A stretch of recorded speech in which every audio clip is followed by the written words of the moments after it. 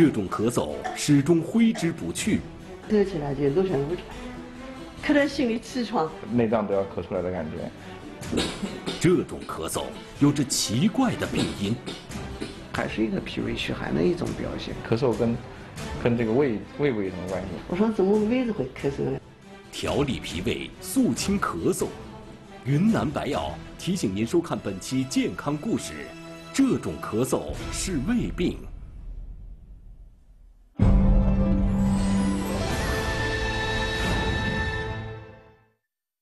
观众朋友您好，欢迎收看这一期的《中华医药》。咳嗽啊，是我们再熟悉不过的一种症状了。别看它不起眼儿，有时候折磨的人啊是苦不堪言，还常常对它束手无策。有2位朋友就是因为咳嗽而烦恼，而解决他们烦恼的办法又让他们深感意外。到底发生了什么？一起走进今天的健康故事。2014年春节前几天，南京的刘女士突然犯上了咳嗽。一开始咳的这个，我怀疑是我受凉了，可能是感冒引起，我自己怀疑。然后就这么就咳下来了，就咳就没劲好。有点小病小痛，刘女士通常都是自己先找些药来对付。像哪个药啊说止咳嗽的，买了好多，还有留基本的名字了，自己反正就是买回来吃，吃了好多也不管用。以往凭经验找点药吃会管些用，但是这一次刘女士吃药不但不见好，咳嗽还在加重。咳嗽起来就露声不出来，咳得心里气喘，咳得上气不接下气的这些都有。一咳嗽嘛，就头会发炸，炸了就发炸头开始。一拖了将近3个月的时间，咳嗽就像一个挥之不去的阴影，始终纠缠不放。咳的就到了，咳的嘛，就是人的精神不好。无独有偶，那段时间同样家住南京的韩先生也是咳个不停，他也以为自己是感冒了。但这次的咳嗽似乎和以往的感冒咳嗽还不太一样。之前感冒咳嗽一般都是那个喉咙比较痒，咳嗽能感觉止痒的作用。然后这次咳嗽呢，就感觉就从更深层次的往外气的那种往外咳。除了干咳没有痰之外，韩先生也体会到了这种咳嗽的另一个特征。你感觉一股气顶上来之后就要咳嗽，一咳嗽呢，咳嗽起来就要咳嗽好几分钟，就是连续的咳嗽了就是感觉把内脏都要咳出来的感觉。剧烈的咳嗽让韩先生感到难以招架，他不得不去了医院。呼吸科、那个耳鼻喉科拍了胸片，做了这个血常规，做了很多检查，还包括肝胆 B 超都做了，能排查的这边基本上都，包括能排查基本上都把排查过了，基本上也没查出什么太大的问题。一边是难忍的咳嗽，一边是检查没有问题，这让韩先生一头雾水。就在这时，朋友向他推荐了一位中医金小晶医生。经过一番望闻问切之后，金医生建议韩先生喝中药和做一些针灸治疗。中脘、内关还有足三里这些穴位的话呢，中医呢主要都是脾胃胃穴，可以帮助呢这个降利之后，改善他的这种胃肌上逆的这种不适感。金医生选择的中脘穴是针对消化系统疾病的穴位，内关穴有和胃降逆的作用，而大家熟悉的足三里是足阳明胃经上的主要穴位，也是具有调理脾胃的功效。金医生不会是弄错了吧？韩先生可是来看咳嗽的呀。我觉得也很纳闷，因为咳嗽跟这个胃部有什么关系？他来的时候理解只知道是肺才会咳嗽，只是说这个医生会看咳嗽，而不是想到这个胃病会引起咳嗽。因为久咳不止，刘女士也到医院寻求帮助。巧的是，找的也是金小晶医生。你这个是胃咳，我说怎么胃子会咳嗽呢？我说我是气管咳还是肺子咳？他说胃科。这个胃科的话呢，中医讲的话，五脏六腑兼定人科，肺督肺也，就是说咳嗽呢只是一个把气管，它的根源呢原因会有各种各样的，它还是一个脾胃虚寒的一种表现。尽管金医生对刘女士和韩先生的咳嗽已经做出了判断，但是他们俩对此都不太相信。中东有胃是好的，可是我从来没有说是有胃病，我没听见过。我生活上面各方面，我这个人比较随便，也不忌嘴，家里的有什么吃什么，我也不挑食，所以我胃是很好。说实话，对胃这一块的话，因为我原来之前胃基本上没有任何问题，也没有出现过任何胃不适的症状，我连胃疼都不知道是在哪边疼。刘女士和韩先生似乎对金医生的诊断不以为然，他们只是在强调自己的痛苦，尤其是那难过的夜晚。睡觉然后就咳嗽然后就被咳醒了，睡不着，然后就走起来，咳得头疼，晚上也睡不着觉。有时候睡着了之后呢，然后这个感觉一股气顶上来之后就要咳嗽，一咳嗽呢，咳嗽起来就要咳嗽好几分钟，然后就直接有时候会在睡梦中直接醒来要咳嗽好长一段时间。然而，他们描述的这种在夜里咳嗽会加剧的这个症状，反而让金医生更加坚定了自己的判断。叫胃不和则卧不安，胃里面不调和啊，胃气不和啊，晚上睡觉睡不好。既然是胃的问题，那他们自己怎么会没感觉呢？可能有几个原因啊，一个是胃的症状呢比较轻，不明显，他感受不到，这是一种原因。还有呢，就是说过去呢，他还长期有一些这种胃的症状呢，他也不把它当个病。比如说呢，他胃胀嗳气，但是胃胀嗳气，这有的人消化差一点，他以为是很正常的，实际上这时候是反映了一种胃动力比较差的一种表现。在与金医生的交流中，他们似乎回想起自己的胃部，似乎确实有过一些不起眼的小症状。吃完饭之后，这个咳嗽的时候，有时候犯胃酸的时候，确实是这个有犯胃酸的这种状况。我说这话就最近1个月，之前没有，就是晚上喝到的时候，喝到这样拿东西的，或者是干什么，有的人好像要往上猛送去，我怀疑是收敛了干什么，或者吃什么东西过敏，或者他说就是胃子。他这些胃的症状啊，消化道的症状是符合反流性食管炎，他这个是胃液反流呛入到气管里面造成的咳嗽。胃是个沉默的这个器官，不会说话，它只会用这种胃酸排斥胃酸这种反流的这种形式来保护自己。韩先生为了证实自己的胃到底有没有问题，还专门去做了胃镜检查。做了之后，确实发现这个胃部有这个十二指肠的溃疡，还有这个慢性胃炎的一个诊断，一个初步的一个诊断结果。明明胃没什么症状，怎么就会出现问题了呢？在问诊的过程中，金医生找到了这背后的原因。我对水果没有任何的排斥。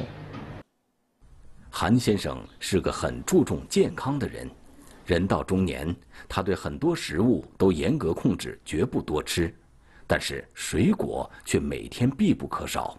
对这个水果这一块，我基本上是不做任何设防的。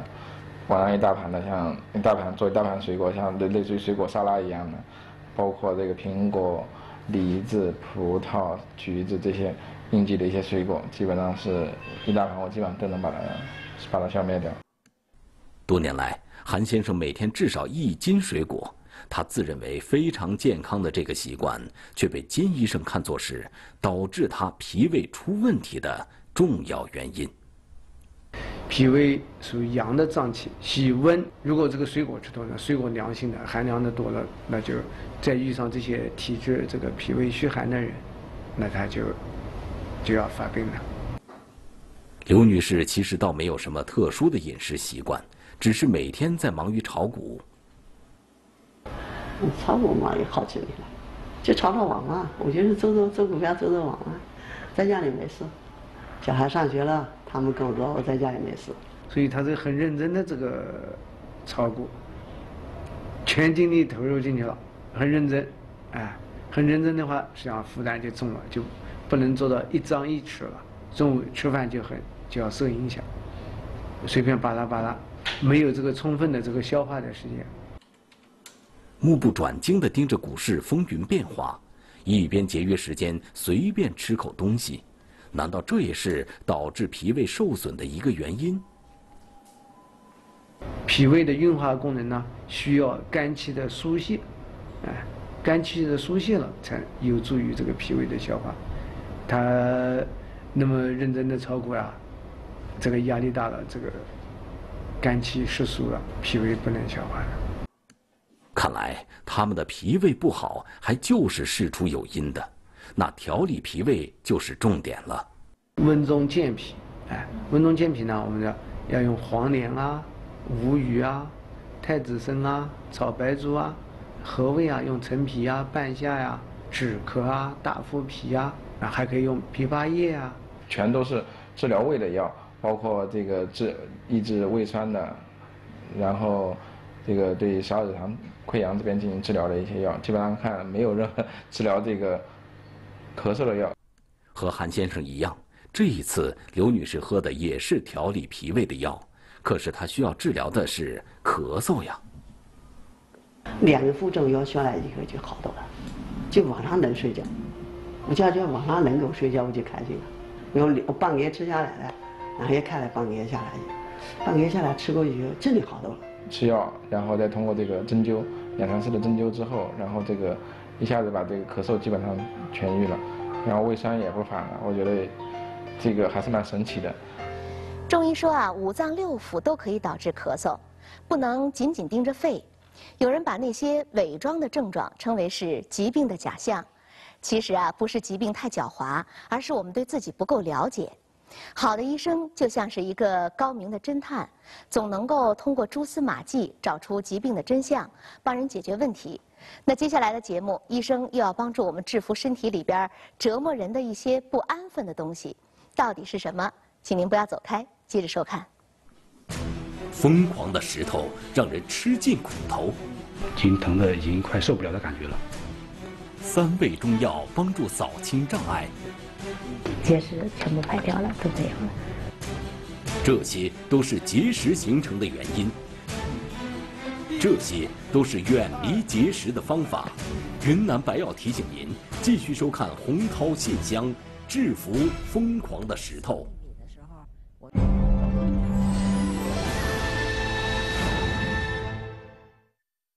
观众朋友您好，这里是中华医药，欢迎您继续收看。首先要欢迎今天来到我们演播室做客的2位专家。白英堂，中国人民解放军第411医院男科主任、副主任医师，擅长中西医结合治疗泌尿系统结石、前列腺疾病等。郎根强，中国人民解放军第411医院泌尿外科主任、副主任医师，在泌尿系统结石、前列腺疾病等领域具有丰富的临床经验。欢迎白主任和郎主任，欢迎你们。欢迎健康问诊团的各位嘉宾朋友，欢迎大家。咱们今天要关注的这种疾病啊，和我们郎主任带来的这些瓶子里边的东西有关。这是从人体里边取出来的各种各样的结石。有不少的人啊，就是吃尽了这些石头的苦头。下面我们通过一短片来了解一下。这边背上这边也痛，就后背嘛，就这边很痛，就感觉到痛的，就脸都发青的那种感觉，就发白那种，痛得不得了。去年10月出现的那次疼痛，于女士至今也忘不了，整个腰腹部疼痛难忍，同事赶紧给她拿来止疼药。我回去用了一下，还是很疼，疼的就是在床上打滚的那种感觉，翻来覆去都就是坐也不是，站也不是，在床上都直打滚的那种。不得已，于女士被家人送到了医院。医生就帮我拍了一个那个 B 超，就是说感觉那个结石好像掉到那输尿管里面去了。同样是在去年，上海的赵先生也领教到了节食的厉害。在床上我就不停地打滚了，我已经就是说脑子里边一片空白，只是感觉到整个腰部从左到右，整个腰部一直在疼，就是那种钻心的那种绞痛。平时觉得自己忍受力挺强的赵先生，没想到这次也招架不住了。过了大概有几分钟，5分钟左右吧，浑身开始冒汗，就是眼睛开始有点发花的感觉了，就是我知道这个感觉已经疼得已经快受不了的感觉了。而赵先生的诊断结果是输尿管结石加双肾结石，有8颗结石，输尿管里面有1颗。程女士自己本身是一位妇产科医生，她对严重的疼痛都非常熟悉。最痛苦的是什么？一个分娩痛，再一个我觉得是结石痛。分娩的阵痛，你可以想象这个痛，形容不上来，但是特别痛苦。她把结石痛称为世界上最难忍的疼痛之一。而他自己就饱受这种疼痛的折磨，半夜就是突然疼醒以后就是睡不了觉，我蹲在床边就站不起来，痛的就是你自己没法控制你自己，就是人也站不起来，就是绷着马桶，或者恨不得都趴在地上。检查结果显示，程女士的2个肾脏一共有大大小小15颗结石。刚才我们通过这个短片看到了几个病例，都是饱受石头折磨的，只不过有的是在肾脏，有的是在输尿管。我们统称为尿路结石。那么那个结石的话，如果说在不同的部位的话，它这个导致这个症状是不太一样的。如果在肾脏里的话，主要是引起一些钝痛，最痛苦的呢是在输尿管里边。如果说结石在输尿管里以后引起的绞痛，刚刚那个陈女士也是这样，就是说，她这个女性的话最能够体会，就是跟那个分娩痛是差不多的。痛的时候呢，脸色苍白，在床上打滚，还有恶心呕吐，那么会伴有一些这个血尿。我们血尿呢有2种，一种呢就是说我们眼睛能看到的，就是肉眼血尿，很吓人的；还有一种呢就是显微镜看到的镜下血尿。那膀胱结石呢，它的症状特有的症状呢就是。有时候会排尿中断，就是说石头不大不小的时候，把那个尿道给堵住了。那通过活动以后，石头移开了，它又能尿了。那尿道结石的话，它就是特别的，就是尿频、尿急、尿痛一些刺激症状，引起排尿困难等等。刚才我们进演播室的时候看到这个白主任也拿了几个瓶子哈，您这几个瓶子里边装的是什么呢？我给大家看一看，这个看看大家认识不认识？有3样东西，咱看看有认识的吗？拿近一点。到话筒认出来了，这个好像是鸡内金吧？鸡内金啊？对的，这个是鸡内金。你知道这鸡内金是鸡的什么部位的东西？不知道。是什么？胃呀，是那个鸡胗里边那层很薄的那个内膜是吗？反正我就没错，就是当时自己有孩子小的时候，那个就听老家儿就给介绍过。说把那个吃多了不消化了，就把鸡内金呢碾碎了，然后冲水给孩子喝了，说是应该是对孩子消化有帮助。看起来就是大家对鸡内金呢比较熟悉。还有一个这个小椰子的草，这叫金钱草。粉末的这是什么呀？这个粉末状的东西呢叫海金沙，是一种植物成熟的孢子。那您给我们讲一讲这3样东西和我们治疗结石有什么关系？要说这3样东西呢，首先是要说一下尿路结石这个病。这个病呢，在中国古代就有，以前呢称为石淋，石头的石，淋浴的淋。鸡内金、金钱草、海金沙，就是在这个临床治疗中呢被发现的。我先说这个鸡内金。您说到鸡内金了，我们这样先通过一个短片来了解一下一个很有意思的小故事。已故中医名家张锡纯就很善用鸡内金为患者治病。这是源于他有一次无意间看到有一只鸡在啄食石头。为什么鸡就能消化石头呢？就算鸡的胃能研磨石头，石头的粉末又怎么被消化或排出去呢？这一现象引起了张锡纯的兴趣。在随即展开的对鸡内金的研究中发现，磁、石、铜、铁通过鸡内金都能被消化。鸡内金天生善化淤积之物，药性通达胃、肝、胆、肾，入脾、胃、小肠、膀胱经。人体内的结石成分基本相同，都是草酸钙。这种成分本身并不难被溶解，为什么很多药物无效呢？主要是因为在结石的表层包裹着一层高密度的矿物质，极难被溶解。因此，要想化掉结石，必须先化掉结石的壳。而鸡内金中含有一种特殊的成分——多酚生物碱，它就像是治疗结石的排头兵。矿物质一遇见它，就产生碱化反应而崩解，所以石头在鸡内金面前并不是障碍。据说这个张锡纯本人也有结石病，然后就是受到了这个的启发，然后用鸡内金配合了几味药，把自己的病给治好了，是吗？张锡纯呢，很擅长于用鸡内金治病的。有一个故事，1918年，沈阳呢有一个病人呢出现胃脘有阻塞感，病人呢就是非常非常痛苦，也四处求医。这时候呢，他想起了张锡纯这个人。张锡纯认为他胃中有积，胃气呢不能下行，气机阻塞于中焦。那么于是呢就给他开方子，鸡内金1两，生酒曲呢5钱，就那么简单的一个方子。病人拿到这个方子以后呢，也是怀疑这能治病吗？结果怎么样呢？那么他回忆吃了几副以后，硬物感全消了，好了。那么中医治病呢，讲的是疗效。在用药上呢，它也是就是不在贵，不在多，在于准，在于巧。刚才白主任拿着这个东西过去的时候，这位女士讲说，这个鸡内金过去是不是家里边的老人啊杀了鸡之后都不舍得扔哈，然后把它弄下来之后晒干了，然后给它存着。就刚您说的是小孩儿。对，小孩儿好像吃多了，是吃多了啊，忌食的时候碾碎了，然后给吃就管用。效果还挺好的。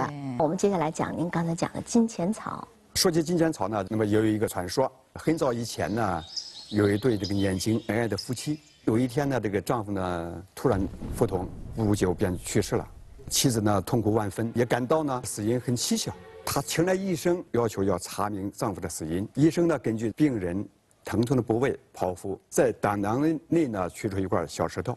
那么妻子为了纪念丈夫呢，就是用红鱼丝线织了一个小网兜，把石头放在里边，挂在脖子上，形影不离地佩戴着。有一天上山砍柴累了休息的时候呢，那么她又想起自己的丈夫，于是就抚摸石头，发现哟石头小了很多，很奇怪。她为了解开这个谜啊，又去请教医生。医生听了以后也很这个纳闷，觉得也很奇怪，但后来一想，那就是说可能他上山砍柴的时候呢，接触到一种草，这种草能化石，那么医生就跟这个妇女呢一起上山，在他砍柴的地方呢，把各种各样的草都割下来，一个一个的包起石头。有一种草呢，它包了石头以后呢，果然石头变小了。那么医生就割了很多很多这样的草，用作治疗结石病。也有人说呢，它能够化石，叫它化石丹；也有人说呢，这种草真了不起，能治病，比金钱还贵重，就叫它金钱草。其实金钱草不但能够化石，更重要的它帮助排石。其实关于金钱草还有一个医案，我不知道大家听说过没有？说这个上世纪60年代的时候啊，当时那个印度尼西亚总统苏加诺受到这个泌尿系结石的困扰，当时呢又不想接受这个西医的这个手术的治疗，就求助于咱们周恩来总理。当时周总理就派了咱们国家非常有名的一个中医专家，叫岳美中，到这个印度尼西亚去给苏加诺总统看病。这个岳先生到了那儿之后啊，就是重用了这个金钱草，据说这个它的量每一剂的药由60克增加到210克，最后经过一段时间的治疗之后，苏加诺总统的病就好了。当时还赞叹我们中医很神奇啊。那刚才我们听2位专家都给我们讲的，尤其讲到了这个金钱草，还有前面这个鸡内金，就通过这2味药，再配合一些其他的，就可以解决结石的问题了，是这样吗？从我的临床经验来说呢，直径在0.6厘米以内的用中药呢，溶石效果比较好。如果石头再大一点的话呢，你要借助这个现代的微创的碎石技术。我们现在呢，主要是2类，一个呢就是说我们叫体外冲击波碎石，通过 B 超定位，在体外把石头打碎以后呢排出来；还有一个呢就是我们通过各种各样的内窥镜进入人体以后，用火激光把结石打碎。疯狂的石头让人吃尽苦头，已经疼得已经快受不了的感觉了。3味中药帮助扫清障碍，结石全部排掉了，都没有了。这些都是结石形成的原因，这些都是远离结石的方法。云南白药提醒您继续收看《洪涛信箱》，制服疯狂的石头。我们在刚刚节目一开始的时候，我们看到了有几位朋友备受这个石头的折磨。下面我们要接着放一个短片，来看一看他们是怎么把这个石头排出去的。他说治疗有分2种嘛，一种是那个火激光的那个微创手术治疗，还有一种是体外碎石治疗。那我就选择了第一种。这种治疗就是赵先生当时选择的那种微创手术。通过内窥镜，医生能清楚地看到石头，并对付它。就近一点，再远一点。哎，好，就这样，这个整，哎。那么利用这个我们这个水的压力，把那个局部里边形成高压以后，就是把结石从这个穿刺的管子里边冲出来。那这是我们这次手术打的这个结石，但石头已经粉末化了，全部在这个上面。赵先生当时体内的石头就是通过这种办法全部粉碎的。不过治疗结束后，医生又有了一个新的建议。他说，角落里面就怕一些残留的结晶体，它不是100%排出来，他就担心就是说你在中药调理下呢，就排的就是说更干净、更彻底。从那之后，赵先生在家天天熬药。就这样喝了将近2个月的汤药，也就药也吃完了，也就感觉到现在还可以，恢复的还挺不错的。于女士由于害怕手术，医生根据她的情况，给她推荐了另一种疗法。有个机器，它就对准你的那个石头的那一块位置，然后就我只听见那个啪啪啪那种声音。于女士当时接受的就是这种体外冲击波碎石法。医生先根据 B 超定位找到石头，然后再用体外冲击波把石头击碎。就是通过体外冲击波聚焦于结石上，然后就是将结石粉碎。粉碎了以后呢，随着尿道就是结石就排出了。大约40分钟的时间，石头已经被击碎，但是医生接下来的话又让于女士担心起来。他说，因为就是说石头毕竟打碎了之后，它动起来估计会疼。跟于女士一样，程女士也不愿意做手术，她也是选择做这种体外冲击波碎石。反正这个不疼就好了，把这块给我碎掉了，排出去就 OK 了。那颗折磨她的石头虽然被击碎了，但是接下来医生对于女士担心的事情发生在了程女士身上。那是一个东西把你输尿管也划伤，膀胱壁和尿道壁都划伤以后，你肯定有感觉的呀。一个是血尿，一个排尿疼痛。我们看到这几个案例，会发现这个有很多种，就是好几种选择这个碎石的方法哈。但是会发现患者在排石的过程当中还是很痛苦的。我们的记者在这个网上也会发现一些网友也在求助啊，这个网友说我朋友患有肾结石，用药后正在排石，很痛，如何才能缓解这种非人的疼痛？怎么解决这个问题？海金沙呢可以解决这个问题。我有一个病人，肾结石，我给他开了中药进行排石。有一次小便的时候呢，突然疼痛难忍，面色苍白，昏倒在地。家人呢马上把他送到医院，一看，是一个疼痛性的晕厥。什么原因呢？家人呢就给他煎药的时候呢，忘记放海金沙了。就放了这个海金沙之后，患者在服用这个药排石的时候就没有那种痛苦了，是吗？是的，海金沙确实能够解决这个排石疼痛的问题。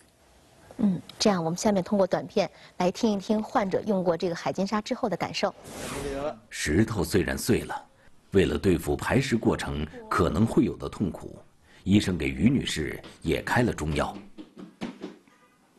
然后上厕所的时候看到那个有那种泥沙状的那种碎石，像那种盐一样的那么细微的，有一些嘛会比那个盐稍微大一点，那种就是说比较多，密密麻麻的会比较多一点。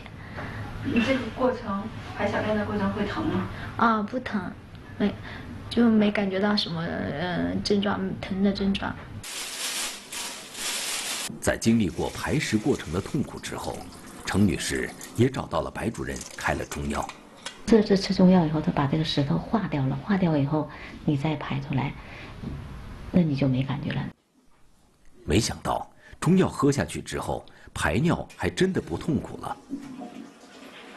不过程女士体内一共有15颗石头，那次治疗只击碎了让她疼痛难忍的那颗石头。实际上，她的身体里还有14颗蠢蠢欲动的石头，时刻在威胁着她。在那些石头暂时还没有动起来的时候，程女士也不想去惊动他们，只是一直坚持喝着白主任开的中药。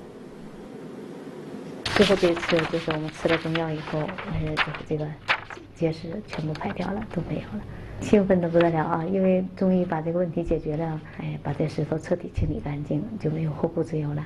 我们记者在采访的时候啊，看到咱们这个医院里边有一面墙叫结石标本展示柜，这上面有好多的瓶子，这一个瓶子里边的，看这些石头，就一个瓶子里边都是一个患者的。对了。然后可能我们看过了，你看有的特别多，是吧？我不知道大家会不会萌生这样一个想法，就是说这些石头是从哪儿来的？经常喝那个就是水够多的那种水，好像容易形成结石。可能是还有那个菠菜和豆腐好像结合或成草酸钙吧，是。有的时候就是吃那个钙片，吃多了，或者是可能时间不合适，有的也得。我们人体之所以形成结石呢，一般是3方面的。第一个呢，就是我们那个泌尿系统啊，就是各个人长得是不一样的。比如说哪里比较窄啦，哪里这个尿液不是太通畅了，这个尿液存留的时间比较久了，它容易形成结石。第二个呢，就是我们看不见的，这爹妈给的，就是我们体内的代谢系统，就是主要是这些矿物质，比如说钙啊、磷啊、镁啊，这些矿物质代谢有问题，它容易在尿路聚集形成结石。第三个呢，就是我们一些生活的一个习惯方面的，就刚刚各位观众讲的方方面面的一个生活习惯，饮食习惯，它会影响形成一个结石的。那么怎么预防呢？第一方面呢，就是我们那个不要久坐，因为你坐了久了以后，你人体那个新陈代谢比较慢，那么尿液在体内聚集，各种代谢产物在人体里边呢，非常容易形成结石。久坐了以后，往往伴随那个憋尿，憋尿也是加重这个雪上加霜。那么我们现在的人的生活水平好了啊，出门开车，进了办公室就在电脑前面，那么运动太少，这个运动少了以后啊，就是我们体内容易脱钙。其实我们人的这个骨骼啊，还是需要运动跟阳光。如果说你运动少了，它容易脱钙以后呢，体内这个尿路里面的钙含量偏高，当它遇到草酸的时候呢，就形成结石了。坐了也久了，我们起来动一动。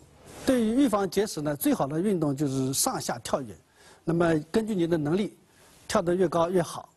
我们大家一块儿跳跳，开始啊！1、2、3、4，还有呢，就是我们跳绳啊，单腿跳不如双脚跳。1、2、3、4。还有呢，立定跳远啊，我们就是说，当然凭你的能力啊，跳得越远越好。来，1，我们。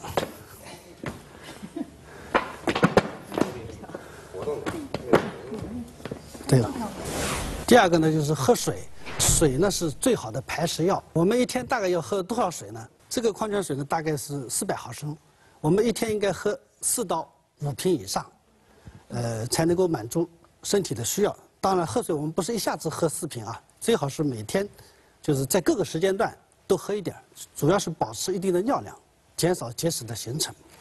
但是呢，现在我们很多人有一些不好的习惯，就是拿饮料来代替水，比如说喝那个碳酸饮料，因为它这个糖分比较高，糖分高了以后特别容易促进那个结石的形成。比如说有些人喜欢喝咖啡，这咖啡里面实际上草酸含量也是很高的。欧洲人他长结石也挺多的，他很多跟咖啡有一定的关系。那么我们还有一些习惯，有些人呢就是说，睡觉可能不是太好，他睡前呢喜欢喝点牛奶，说是有利于睡眠，但是它也有它的副作用。因为牛奶里面钙的含量相当高，我们这个喝了牛奶以后呢，这个出现一个排钙的高峰，人体睡眠了以后，就各种新陈代谢都降低。我们的结石呢不是白天生成的，结石都是晚上长大的。这个喝了牛奶以后呢，雪上加霜。还有呢，我们很多人呢喜欢拿了啤酒当那个解渴的饮料，实际上啤酒里边呢含那个尿酸啦、钙啊、磷啊、钨核苷酸啊，这些含量非常高的，它特别容易形成那个嘌呤结石。第三个呢，我们这个现代人啊，这个生活节奏加快，就是我们对这个一日3餐啊，都是有些问题的。就是早餐很多人不吃，然后中餐呢匆匆忙忙解决，晚上是正餐。那晚上正餐呢，我们吃了大量的这个蛋白质，实际上蛋白质它是酸性的，尤其是动物蛋白，它里边含有很多的这个钙啊、磷啊、尿酸啊这一类。如果说大量进食那个蛋白质以后呢，非常容易形成结石。我们一天人体需要的蛋白其实很少，大概是2两牛肉，或者说3个鸡蛋白就足够了。如果多了以后，对人体是非常不利的。当然，这个蛋白是人体的重要营养成分之一，如果说一点蛋白也不吃也不行的啊。一般我们人体里边排钙的高峰是4到5个小时，就是比如说你7点钟吃的晚饭，那么11点左右的话，它是排钙的高峰，你这个时候进入睡眠了，那特别容易形成结石。白主任有一道饮品要带给我们是吧？也有预防作用的。就这个东西，看看认识不认识？大家看看认识吗？这东西？玉米须子。玉米须子，对的，这个呢是玉米须。我不知道在座的你有没有高血压、高血脂、高血糖的朋友？有。这个我告诉你们，马上就说了。血压、血脂高。啊，玉米须水呀，对降血压、降血脂、降血糖，这个有很好的作用。夏天喝呢，它有凉血泻热的功效，而且呢能够排除你体内的湿热之气，全家人都可以喝。其实玉米须呢水呢，它还有明显的利尿作用或抗结石形成作用。具体怎么来操作呢？煎煮也可以。那么如果你煎它1刻钟，那么也可以。就可以。如果你把它洗干净以后呢，就是说放在茶杯里，像泡茶一样，你冲饮服也可以的。一般来说呢，你50克、100克，就可以了。这个呢就50克。我们把这个1杯的量哈。那么我们把洗净的玉米须，那么放在茶杯里，就像这个泡茶、冲茶一样的。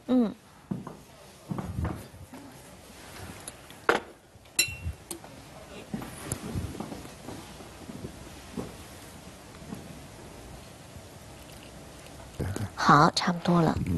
差不多了。像你味儿都出来了，我闻到一股清香的味儿倒是啊。像我们要是煮的话，您刚才说15分钟是吧？大火烧开以后。烧开以后要煮15分钟。15分钟。那我们要自己在家里就用茶杯这样泡的话，可以。那就得泡的时间更长一点了。因为你泡你。反正我一天都在喝，对，一天在喝。哦。是。我们可以倒出来这个。现在就可以倒了是吧？哎，可以倒出来。让大家尝一尝。尝尝，你们可以品尝一下。来，我给后边这观众拿。来，那个口感怎么样？您拿那话筒。挺好的。我呢，平时就是吃那个鲜玉米的时候，我煮的时候就带点叶儿，然后带点这须子。可以啊，可以。煮好了以后呢，然后这个玉米这煮玉米的水呢凉了，我就当这个水喝，这样呢好不好？可以的。那你这个是真正的是龙须茶了。龙须茶，一股清香味儿哈，挺好喝的。而且这个您不是说我们要真的这么喝的话，一天就不断的往里加水，不到就喝一天呢。还可以要掺菊花吗，白主任？可以。掺菊花口感也不错，而且还有明目的作用，清肝明目，对吧？菊花是它有这个功效的，可以的。大家喝完了感觉还不错是吧？口感挺清香的啊，而且这个方法你会觉得中医有一些方法都是挺简便的，能够保健，而且还有预防疾病的功效啊。我们来感谢2位专家，谢谢，也谢谢我们嘉宾朋友们，谢谢大家，再见。